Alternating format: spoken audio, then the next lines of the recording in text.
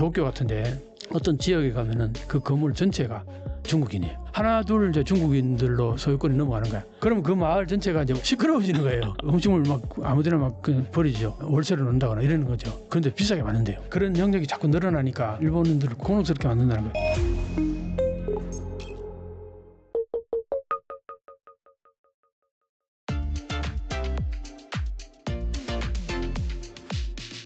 그리고 일본 사회에 외국인 혐오가 퍼지면서 이 범죄율 증가의 원인을 외국인 탓으로 돌리는 그런 목소리들이 커지고 있습니다. 하지만 실제 통계에 따르면은 외국인 범죄율은 오히려 감소 추세이고, 그렇다면 일본 내 범죄율이 늘어난 진짜 이유는 무엇이라고 볼 수 있을까요? 그게 결국은 먹고 살기 어려서 그래요.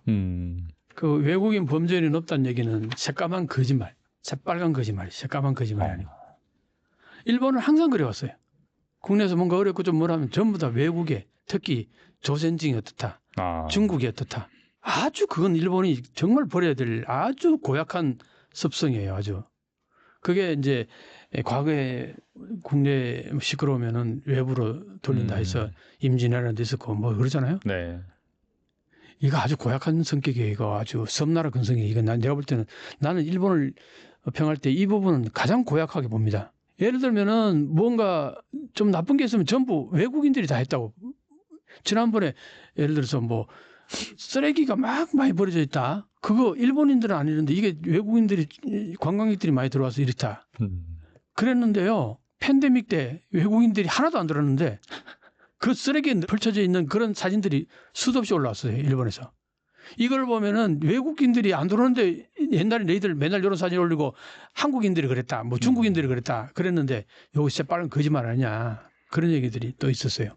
그런 거 보면은 일본이 발전하려면은 제일 먼저 버려야 될 습성이 외국인들에게 나쁜 걸 다 돌리는 요 아주 못된 습성을 버려야지 일본은 그나마 좀 발전할 가능성이 있지.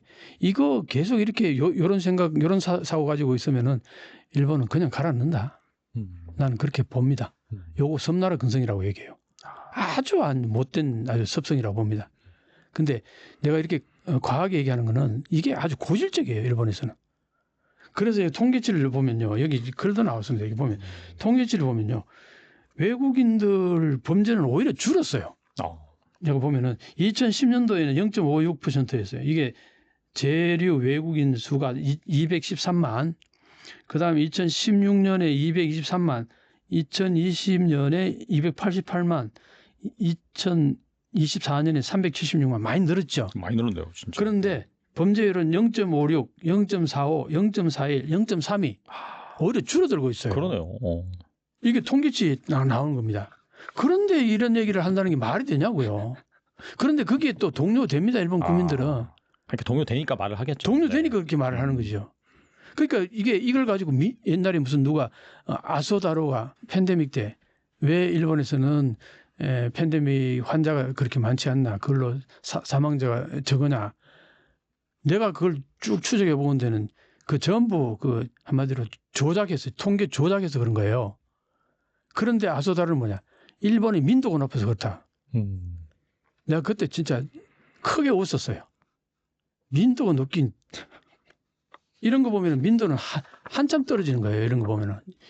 통계치가 이런데도 불구하고 누가 무슨 뭐 외국인이 어떻다 그러면 바로 그게 동요해가지고 외국인 배척 운동이나 일어나고, 그게 대부분이 한국이나 중국이었어요. 그 대상이. 지금은 이제 젊은 세대들은 한국이 앞고가래 동경의 대상이 되고 있는데 이런 게 이제 안 먹게 되겠죠. 앞으로는.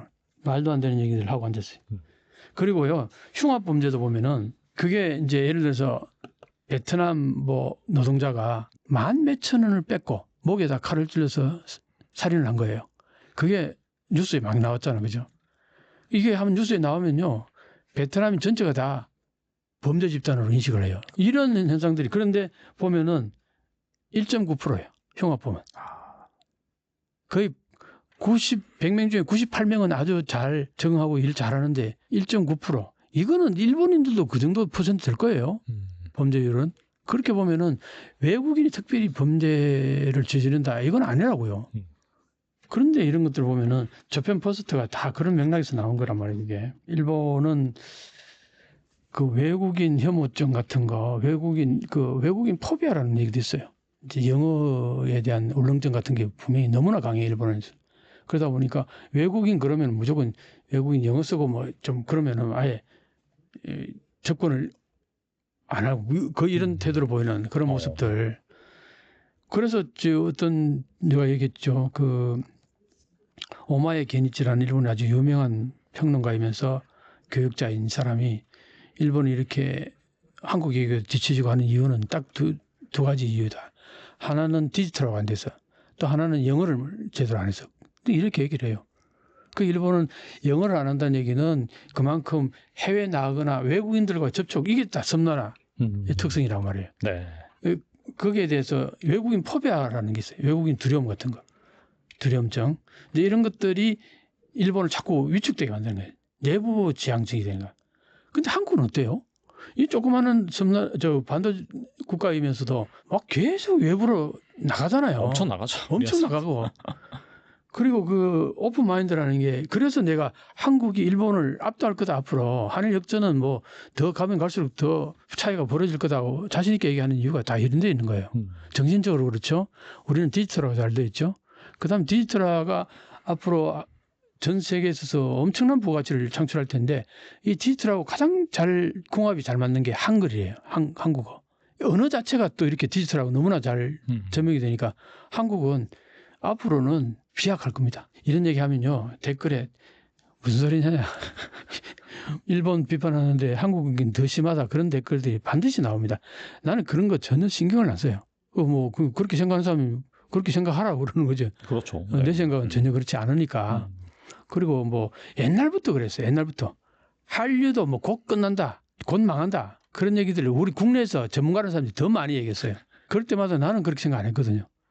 근데 그런 맥락에서 보면은 지금 여러 가지 상황을 볼 때 한일 역전은 지금도 많이, 제가 처음 책을 썼을 때가 4, 5년 전이에요. 한 4년 6개월 전에 딱 그때에 비해서 많이 진전됐는데 앞으로 한 5년만 더 지나면요, 비교가 안 될 정도로 확실할 겁니다. 또 니케이에 따르면은 2025년 말 일본 거주 중국인 수가 100만 명을 넘어설 것이다, 이렇게 전망을 했거든요. 네. 시진핑 장기 집권으로 인해서 일본으로 이주하고 있는 중국인이 늘어나고 있다는 분석인데, 일본으로 이주하는 중국인 때문에 일본이 뭐 난리 난 상황이라는데, 여기에 대해서 좀 말씀해 주신다면요. 뭐 팬데믹 얘기죠. 팬데믹이 중국이나 일본에 끼친 영향이 엄청납니다. 네. 우리는 그때 어느 정도 뭐 대응을 잘해가지고 큰 그게 없어요. 근데 중국은 상해를 막 한 달씩 두 달씩 그냥 완전히 그냥 봉쇄를 해버렸잖아요. 그때의 상해가 어떤 도시냐? 상해는 중국이 아니에요. 사실 어떤 면에서는. 상해는 거의 독립국가나 마찬가지일 정도로 아주 잘 살기도 할 뿐만 아니라 어느 선진국가 못지않게 도시가 아주 세련되기도 하고 그랬어요. 내가 상해를 한 4번이나 다녔는데 갈 때마다 발전하더라고요. 한 1년만 뭐 2년 만에 가보면은 몰라보게 달라졌더라고요. 그래서 몇 년 전에 그때 이제 마지막으로 갔을 때가 돌아다녀 보면은 서울보다 훨 낫다. 딱 눈에 들어오는 거나 그런 느낌이었다고요.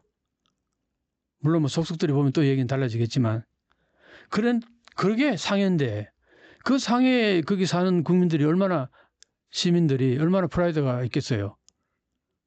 그런 사람들을 그냥 그냥 외부에서 완전히 차단해버리고 그냥 못질해가지고 이제 밖에 못 나오도록 한 달 내지 그렇게 해버리고 통제를 했거든요. 맞아요. 네. 그게 갇혔던 사람들 한번 생각해 보세요. 무슨 이 놈들이냐. 그때 완전히 혐중을 느낀 거예요. 혐오감을 느낀 거예요. 중국에 대해서. 이 체제에 대해서. 네네. 돈 있는 사람들은. 그래서 그 사람들이 다 지금 탈출을 많이 하고 있다고요. 지금도 보면은. 그 사람들이 어디로 많이 가느냐. 물론 뭐 서구권 뭐 캐나다라든가 미국으로도 가고 뭐 다양하게 가고 호주도 가고 했겠지만 일본으로도 많이 갔어요. 그렇죠. 네. 뭐 한국도 뭐 만만치 않게 갔지만 특히 일본으로 많이 갔다고요. 왜 갔냐 일본을. 일본의 인터내셔널 스쿨 이게 잘 되어 있다는 거예요. 교육 시스템이. 그래서 중국인들이 와서 자녀 교육시키기에도 괜찮다는 거예요. 그리고 뭐 치안은 아주 좋죠. 그러니까 살기에는 돈만 많이 가져오면 살기에는 괜찮다고 보는 거예요, 일본을. 그렇죠. 네. 네, 그래서 이제 일본을 많이 들어왔습니다. 그 다음에 또 하나는 이제 일본의 그 관광지 있잖아요. 관광지 호텔 같은 것들이 한동안 썰렁했어요. 내가 2019년도에 그 하코네라는 일본의 1급 그 관광지예요. 일본 하면 하코네. 하코네 다음이 니꼬라 그래요. 하코네가 그렇게 관광지로서 아주 유명한 동네인데 내가 그때 갔을 때에 그 뭐라나 호텔 그렇게 많은 호텔이 엄청납니다. 호텔이 그렇게 많아요. 그 엄청난 후지산 바로 옆에 큰 호수가 있고 그리고 그 밑에 온천도 나오고 하니까 얼마나 좋아요. 위치가. 호수도 있고 후지산도 있고 그러니까 막 거기에 관광 호텔들이 진짜 많아요. 산 중턱부터 시작해가지고 그리고 좋죠. 환경들이 산이니까. 근데 너무 조용한 거예요.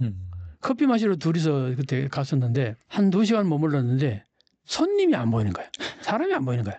우리 테이블 옆에 앉아있던 그 손님하고 2 테이블이 있었는데 그 손님들 가고 나서 우리 둘이 오랫동안 있다가 나와보니까 막 사람 그림자가 안 보이는 거예요. 야, 그러니까 어떻게 했어요? 그게 내가 볼 때 그때 한 번만 그랬던 게 아니라고 나는 보거든요. 물론 뭐 주말 같은 경우는 좀 더 많은 손님들이 올 수도 있겠죠. 사실은 주말 토요일 일요일만 잘 장사해도 먹고 사는 업체도 많아요. 나도 여기 어디 가보면은 인천에 거기 어디 뭐 스퀘어원 같은 데 가보면요. 월화수목금까지는 손님이 그렇게 많지가 않아요. 토일 막 벌벌합니다.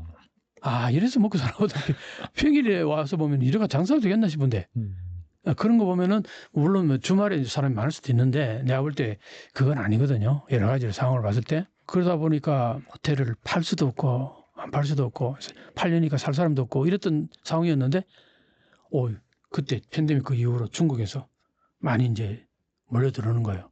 특히 그 관광지에 일본 료칸 있죠. 료칸, 네. 료칸 같은 것들도 많이 산다는 거예요. 지금 사실 료칸은요, 일본인 주인이 아닌 데가 엄청나게 늘어났을 거예요. 왜냐, 팬데믹 때문에 그때 다 망했거든요. 한 몇 년을 그 손님이 없어버리면요, 그거 이제 망하거든요. 그렇죠. 네. 그 엄청난 고퀄리티가 많은데, 특히 지방 같은 데는 그랬었다고요. 그래가지고, 거기다가 또 이제 그 서빙하는 사람들 구하기가 그렇게 어렵다는 거예요. 료칸 가보면요. 반찬 가짓수가 엄청나잖아요. 요리가 막 그거 전부 옮기고 하는 게 보통 일이 아닐 거라는 봐요. 이제 그런 것들을 일하는 노동자 구하기가 쉽지 않을 거라고 보는 거예요. 거기다가 이제 뭐 팬데믹을 거치면서 이제 상황도 안 좋고 그때 사실은 후쿠오카 그쪽 지역을 해가지고 팬데믹 때 일본 료칸들이 한국인들 팬데믹이 말고 그때 우리 2019년도에 노저팬. 노노저팬. 네. 그때에 여행객이 딱 끊겼잖아. 근데 그 지역 그쪽 지방 소도시 내지는 시골 쪽의 그 료칸 같은 것들은 대부분 한국 사람들이 다 채웠어요. 그 활성화됐다가 한국인들이 딱 끊기니까 줄도서 난다고 그런 얘기가 나왔어요 그때.